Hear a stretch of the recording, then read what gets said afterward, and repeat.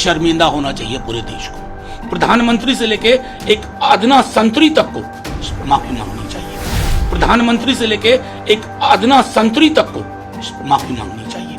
प्रधानमंत्री से लेके एक अदना संतरी तक को माफी मांगनी चाहिए। लोकतांत्रिक प्रक्रियाओं पर मैं टिप्पणी करूं उचित नहीं है, लेकिन 137 साल पुराना दल है, उसके समक्ष चुनौतियां हैं और वो चुनौतियों को अवसर में तब्दील कर सकते हैं।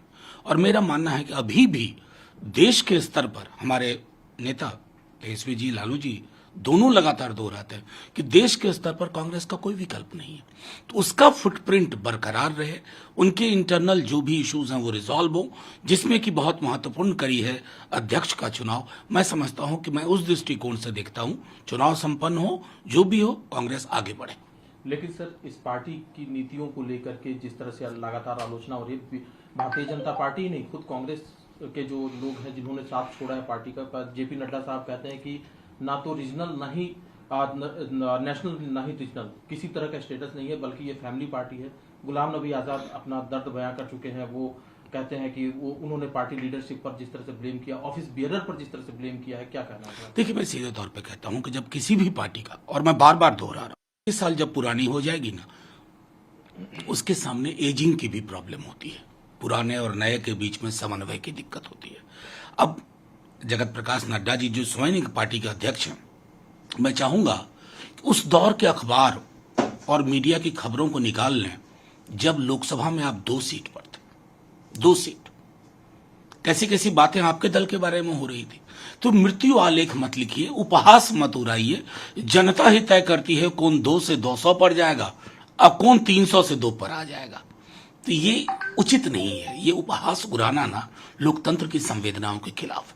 सर, कुछ जिसके अनुसार 2021 में दिल्ली सबसे ज्यादा अनसेफ रही है लड़कियों के लिए, महिलाओं के लिए, और हर रोज कम से कम 2 माइनर गर्ल का रेप हुआ है 2021 में। देखिए, मैं इसको सिर्फ लॉ एंड ऑर्डर के दृष्टिकोण से देखूंगा तो उचित नहीं होगा। पूरे देश में इस तरह की घटनाओं में वृद्धि हुई है। क्या हुआ है? झारखंड की अंकिता को देखिए, बिल्किस को देखिए, हाथरस को देखिए। ये हमारे समय के 75वें वर्ष में आजादी के ये नए मानक उभर रहे हैं कि एक तरफ हम 1 कदम आगे ले रहे हैं, 20 कदम पीछे जा रहे हैं। बड़ी बड़ी बातें हैं, बेटी बचाओ, बेटी पढ़ाओ, क्या है भाई? जमीन पे क्यों नहीं उतर रहा है? यानी कि आपकी नीति और नियत का ट्रैक्शन नहीं है। 2 तरह की बातें होंगी, समाज बीमार होता जाएगा। मेरा समाज बीमार हो गया। अगर इस बीमारी का इलाज नहीं ढूंढा गया तो मैं समझता हूं बड़ी मुश्किल होगी। हम आगे बढ़ना तो दूर, कितने साल पीछे चले जाएंगे, नोबडी नोस।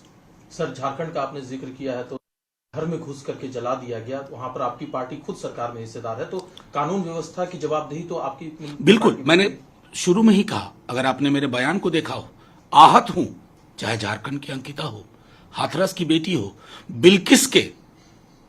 बिल्किस के रेपिस्ट को माला पहनाया जाए और एक विधायक ये कहे कि फलानी जाति का और संस्कारी है, शर्मिंदा होना चाहिए पूरे देश को।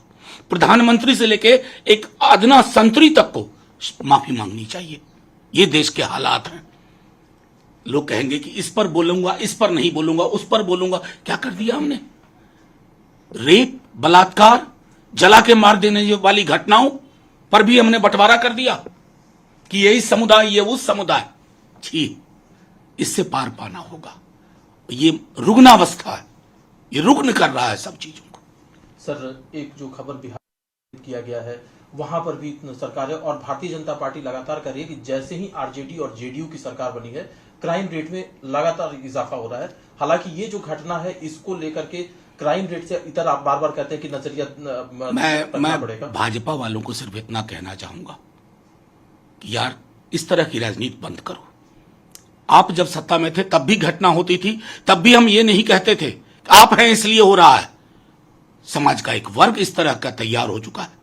पुलिस अपना अनुसंधान करेगी और कमी रहेगी ना, तो मुझे पूरा भरोसा है डिप्टी सीएम उनका 0 टॉलरेंस का नजरिया है और उसकी आप परिणति देखेंगे, उसका फॉल आउट देखेंगे, उसका अनफोल्डिंग देखेंगे कुछ दिन में। लेकिन ये कौन सा तिलिस्म है भाई, जो तेजस्वी जी ने सदन में कहा, तुम अंदर तो मंगल, तुम बाहर तो जंगल। ढंग से तो बिहार वाले आपकी बात भी नहीं समझते हैं। आप सड़क पे नहीं निकल सकते हैं, ऐसे हालात आपने अपने लिए पैदा कर लिए। इस तरह की कोई घटना होना, संजीदगी और संवेदना से बात करिए। मैं आपके राज्य शासित राज्यों में भी होता तो मेरा पहला यह होता है कि यह समाज के रुग्ण होने का भी एक द्योतक है। सर, तेलंगाना के मुख्यमंत्री जो लोग शहीद हुए थे उनके परिवारजनों से मिलकर के उन्हें सहायता भी देंगे।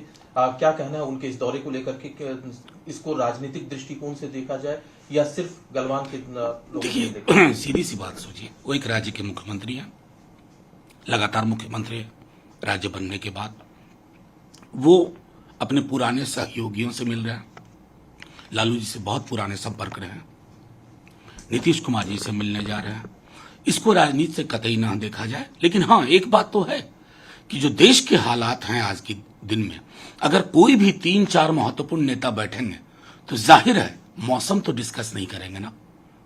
हाँ, वो वाला मौसम डिस्कस करेंगे कि देश को क्या कर दिया है, कहां लाकर रख दिया है इन लोगों ने, और फिर भी कहते हैं कि हम ही हैं, हमारे अलावा कोई नहीं। तो ये जो हम ही हम हैं उसका तो कहीं काट होगा ना।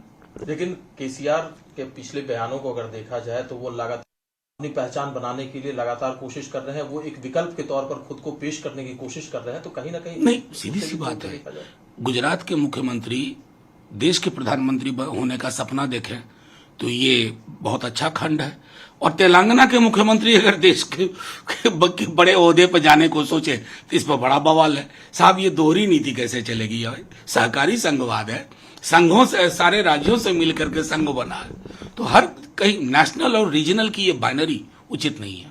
सर, लेकिन आप जैसा कह रहे हैं कि मौसम ये डिस्कस जरूर होगा कि देश को कहां से कहां लेकर के आए, लेकिन रक्षा मंत्री राजनाथ सिंह का जो बयान है, एक मोदी जी ही है जो कि पूरे देश के लोगों को, पूरे हिंदुस्तानियों को वो समझते हैं और अच्छे तरीके से समझते हैं। मैं क्या कहूँ, राजनाथ सिंह जी तो उस दौर के अटल जी, आडवाणी जी के दौर के नेता हैं। उनसे वो, अब अगर उनको भी ये सब कहना पड़ रहा है, मैं तो समझता था कि वो दिल की बात करते हैं, बेबाकी से अपनी बात रखते हैं। लेकिन वो भी गजेंद्र शेखावत जी, जो उन्होंने कहा कि किताब गीता की तरह है, अब जाहिर है किसी की भावना ठेस नहीं हुई, गीता को रिप्लेस कर दिया मोदी जी वाली किताब। मैं तो कहता हूं बेकार ये छोटे मोटे बयान देकर के समय खर्च कर रहे हैं। एक प्रस्ताव लाइए, 10 अवतार तो विष्णु को हो गए, कह दीजिए कि 11वें अवतार नरेंद्र मोदी जी हैं।